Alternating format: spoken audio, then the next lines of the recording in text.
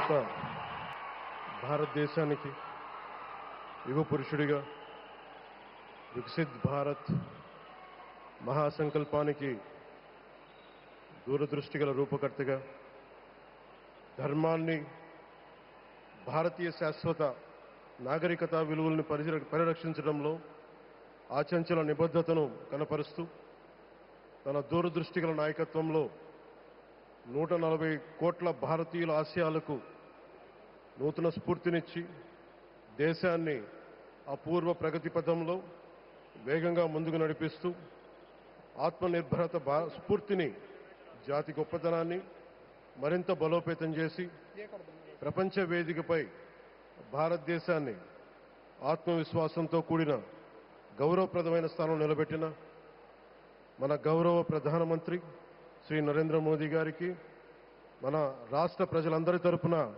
హృదయపూర్వక అభినందనలు తెలియజేస్తున్నాం. వేదికపైన ఆసీనులైన honourable governor of Andhra Pradesh Shri Abdul Nazeer గారికి,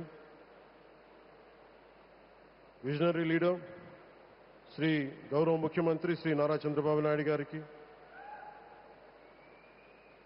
honourable union minister civil aviation Kinjarapu Rammohan Naidu గారికి, honourable governor of Goa Shri Pusapati Ashok Gajapathi Raju గారికి, గౌరవ కేంద్ర మంత్రి వర్యులందరికీ,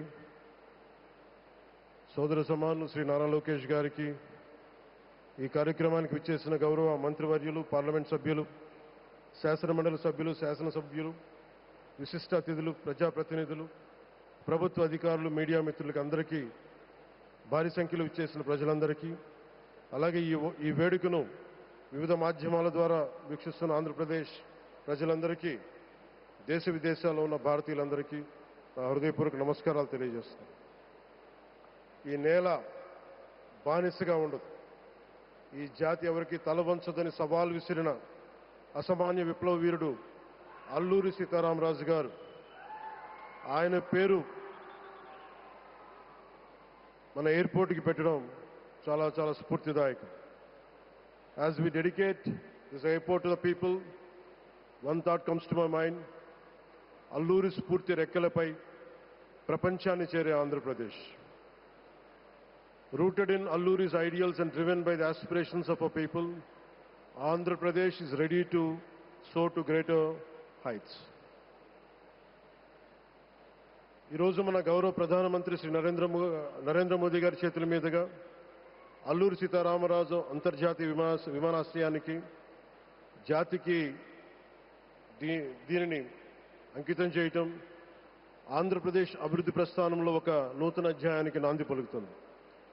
మోదీ గారి నాయకత్వంలో ఈరోజు 17,435 కోట్ల విలువైన అభివృద్ధి కార్యక్రమాలు ప్రజలకి అంకితం కావడం, అలాగే national highway projects, energy infrastructure ప్రాజెక్టులో ప్రారంభోత్సవాలు, శంకుస్థాపనలు జరగడం మన రాష్ట్ర అభివృద్ధిలో చాలా కీలకమైన ఘట్టం. ఈ ప్రాజెక్ట్స్ కనెక్టివిటీని బలోపేతం చేయడం కాదు, ఎనర్జీ సెక్యూరిటీని పెంచి ఇండస్ట్రియల్ గ్రోత్స్కి మరింత వేగాన్ని అందించి యువతకి ఉపాధి అవకాశాలు మెరుగుపరిచి ఆంధ్రప్రదేశ్ని మరింత వేగంగా అభివృద్ధి పదంలో ముందుకు నడిపిస్తాయి. ఒక దేశం కేవలం ప్రకటనలతో అభివృద్ధి చెందదు, ప్రజల కలల సాకారం అయ్యే మౌలిక సదుపాయాలతో అభివృద్ధి చెందుతుంది. So Honorable Modi ji, your vision of Vikasit Bharat and Atmanirbhar Bharat is transforming the nation across every sector, from highways to railways, from ports to airports, from digital infrastructure to defense, manufacturing and renewable energy. చరిత్ర కేవలం మన నిర్మించిన కట్టడాలను మాత్రమే గుర్తుంచుకోదు, వాటి ద్వారా నిర్మితమైన భవిష్యత్తుని గుర్తుంచుకుంటుంది. ఈ విషయం మీ నాయకత్వంలో ఆంధ్రప్రదేశ్కు లభిస్తున్న అభివృద్ధిలో చాలా చాలా స్పష్టంగా కనిపిస్తాం. ఇదివరకే విశాఖపట్నంలో 2 లక్షల కోట్ల పైగా పెట్టుబడులు, అందులో ఎన్టీపీసీ గ్రీన్ హైడ్రోజన్ హబ్, జాతీయ రహదారులు, రైల్వే ప్రాజెక్టులు, అలాగే అమరావతి కోసం 50,000 కోట్ల పెట్టుబడులు, రాయలసీమ అభివృద్ధికి 13,400 కోట్ల ప్రాజెక్టులు మన రాష్ట్ర అభివృద్ధికి బలమైన పునాది వేస్తున్నాయి. South Coast railway zone at Visakhapatnam ఏర్పాటు ద్వారా ఆంధ్రప్రదేశ్ ప్రజల చిరకాల ఆకాంక్షను సాకారం చేసింది. ఈ కార్యక్రమాలు మరిన్ని పెట్టుబడులు ఆకర్షించడంతో పాటు ప్రత్యక్షంగా పరోక్షంగా 20 లక్షల పైగా ఉపాధి అవకాశాలను సృష్టించి స్టేట్ ఇన్ఫ్రాస్ట్రక్చర్ని మరింత బలోపేతం చేస్తూ ఆర్థికాభివృద్ధికి మరింత బలాన్ని అందిస్తున్నారు. అలాగే గౌరవ చంద్రబాబు నాయుడు గారి నాయకత్వంలో, ఆయన మార్గదర్శకత్వంలో, వారి నాయకత్వంలో ఆంధ్రప్రదేశ్ దేశంలోని అగ్రగామి రాష్ట్రంగా అవతరిస్తూ ఉంది. ప్రత్యేకించి ఈ విమానాశ్రయానికి అల్లూరి సీతారామరాజు గారి పేరు పెట్టడం ఆ మహావీరుడికి నివాళి మాత్రమే కాదు, ఆయన ఆశయాలను, ఆయన స్ఫూర్తిని భావితరాలకు అందించే చాలా చాలా గొప్ప నిర్ణయం. జి మల్లికార్జునరావు గారు, జిఎంఆర్ అందరూ ప్రేమగా పిలుచుకున్న జిఎంఆర్ గారు, వారు దీన్ని కట్టడం శ్రీకాకుళం జిల్లా నుంచి వచ్చి, రాజాం నుంచి వచ్చి శ్రీకాకుళం వెనుకబాటుతనానికి ఆయన కృషిని ట్రస్టుల ద్వారా అందిస్తూ ఆయన నేతృత్వంలో, ఆయన నాయకత్వంలో ఎయిర్పోర్ట్ నిర్మించడం మనందరికీ చాలా చాలా గర్వకారణం. ఈ సందర్భంగా మనందరం ఒక నిర్ణయం తీసుకోవాలి. పండ్లున్న చెట్టుకే రాళ్ళేస్తారంట.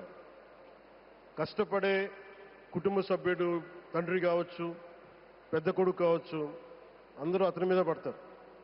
నువ్వు ఎక్కువ కష్టపడు, ఎక్కువ తిట్లు తింటావు. అలాంటిది మనం ఎలాంటి పరిస్థితుల నుంచి వచ్చాం? భారతదేశం ఒక పరిస్థితిలో బంగారాన్ని కూడా తాకట్టు పెట్టుకునే పరిస్థితి వచ్చింది. అలాంటి పరిస్థితుల నుంచి దశాబ్దం పైనుంచి మూడోసారి ప్రధానమంత్రిగా ఆయన ఈ రోజున మన దేశాన్ని నడిపిస్తూ ఉన్నారు. అలాంటి ప్రధానమంత్రిని చాలామంది ఆయన మీద మాట్లాడుతూ ఉంటే, ఆయన్ని అనకూడని మాట్లాడుతూ ఉంటే నా గుండె కదిలించేసింది, నా కన్నీళ్ళు వచ్చినాయి, బాధ వచ్చింది. దేశం కోసం కష్టపడే వారికి చివరికి మనం ఇచ్చేదేం? కొత్త తరానికి ఏం తెలుసు? ఆయన పడ్డ కష్టం. ఒక్క రోజు కూడా సెలవు తీసుకోలేదు మన ప్రధానమంత్రి గారు. ఈరోజు పెట్టుబడులు వస్తున్నాయి మనకి, ఒక్కరోజు కూడా సెలవు తీసుకోలేదు. శత్రు దేశాలు, మన అభివృద్ధికి ఈర్ష్యపడే పశ్చిమ దేశాలు, వీటన్నిటినీ తట్టుకొని ఒకవైపు విదేశాల్లో ఉండే శత్రువులతో పోరాడాలి, దేశాన్ని అభివృద్ధి పదంలో తీసుకెళ్దామంటే అంతర్గత శత్రువులతో పోరాడాలి. అలాంటి వ్యక్తికి మనం ఇవ్వగలిగేది కేవలం మేమున్నాం మీ వెంట, మీ మీద మాట పడితే అది మా మీద పడ్డట్టే, అదే మనం వారికి ఇవ్వాల్సింది. నిజంగా ఆయన జంతర్ మంత్రులు అన్ని మాట్లాడుతూ ఉంటే నేను ఈ రోజున ప్రధానమంత్రి గారికి ఒకటే ఇస్తున్నాను, మిమ్మల్ని కొట్టే నాయకుడు లేడు ఈ భారతదేశంలో, రాబోడు. కానీ మీరు పడ్డ శ్రమ, మీరు పడ్డ కష్టం ఎవరు తీసుకోలేరు. ఎన్ని బాధలు పడ్డా, ఎన్ని దెబ్బలు తిన్నా ఈరోజు మనం గర్వంగా చెప్పుకుంటున్నాం. మన ఉత్తరాంధ్రకి ఎయిర్పోర్ట్లు వచ్చినాయి, ఇన్ని లక్షల పెట్టుబడులు వచ్చింది ఆంధ్రప్రదేశ్కి. కానీ ఇవన్నీ తట్టుకొని చెయ్యాలి అంటే 144 కోట్ల తాలూకు ప్రజల ఆకాంక్షల్ని ఎంతోమంది వెనక్కి లాగుతున్నా, ఒకళ్ళు ముందుకు తీసుకెళ్లాలంటే ఎంతమంది తిడుతున్నా, విమర్శిస్తున్నా తీసుకెళ్తున్నారంటే ఒకే ఒక్క నాయకుడు ప్రధానమంత్రి శ్రీ నరేంద్ర మోదీ గారు. నేను ఎందుకు తపన పడ్డాను, నేను అలయన్స్ కోసం ఎందుకు తపన పడ్డాను, మీ నాయకత్వం మాకు కావాలి ఎందుకు తపన పడ్డానంటే, ఈరోజు ఎయిర్పోర్ట్ ఆపేశారు. ఒక చిన్నపాటి ఎర్ర బస్సు కూడా రాని చోట ఎయిర్పోర్ట్ అవసరం లేదన్న వ్యక్తులకి సమాధానం ఇదే. ఇన్ని వేల మందికి ఇన్ని వేల కోట్ల పెట్టుబడి వచ్చింది అంటే ఆశీస్సులు కావాలంటే, దేశం కోసం నిలబడే నాయకుడికి మన అండగా ఉంటే ఏం జరుగుద్దంటానికే ఈ భోగాపురం ఎయిర్పోర్ట్ ఈరోజు ప్రారంభోత్సవం నిలువెత్తు నిదర్శనం. ముఖ్యంగా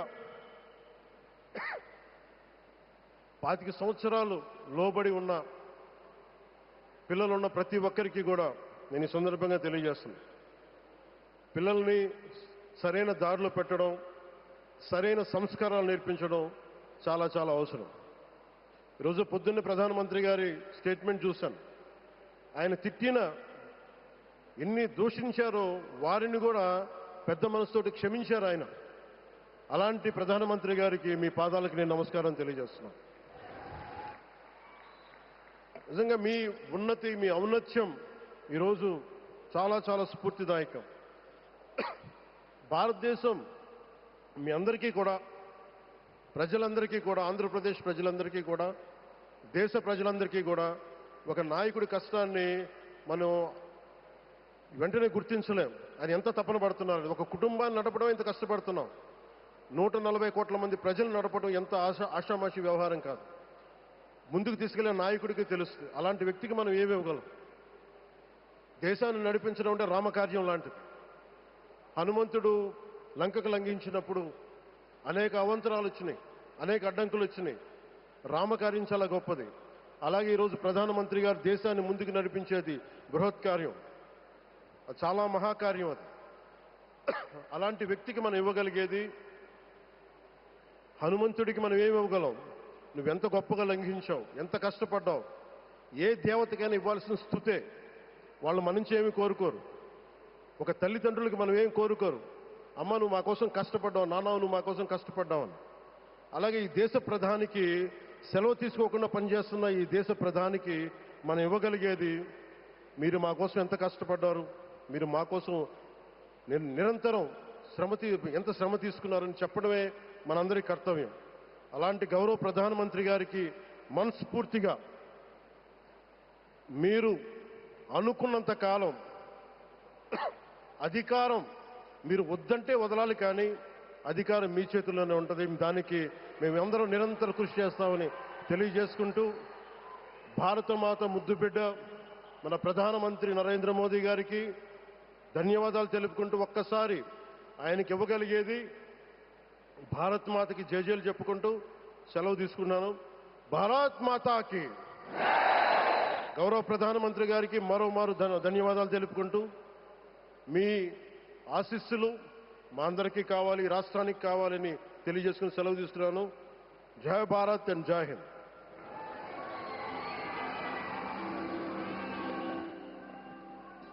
thank you sir, thank you very much. దూరదృష్టి, మౌలిక వసతుల అభివృద్ధి, పెట్టుబడుల ఆకర్షణ, ఈ 3 అంశాల చుట్టూనే వారి దృక్పథం దృఢంగా సాగుతోంది. ఆంధ్రప్రదేశ్ను దేశంలోనే అత్యంత వేగంగా అభివృద్ధి చెందుతున్న రాష్ట్రంగా తీర్చిదిద్దాలి అన్నది వారి లక్ష్యం. విమానాశ్రయాలు, పోర్టులు, పారిశ్రామిక corridors, IT hubs, logistics networks, వీటి అభివృద్ధి వారి ప్రాధాన్యత వహిస్తారు.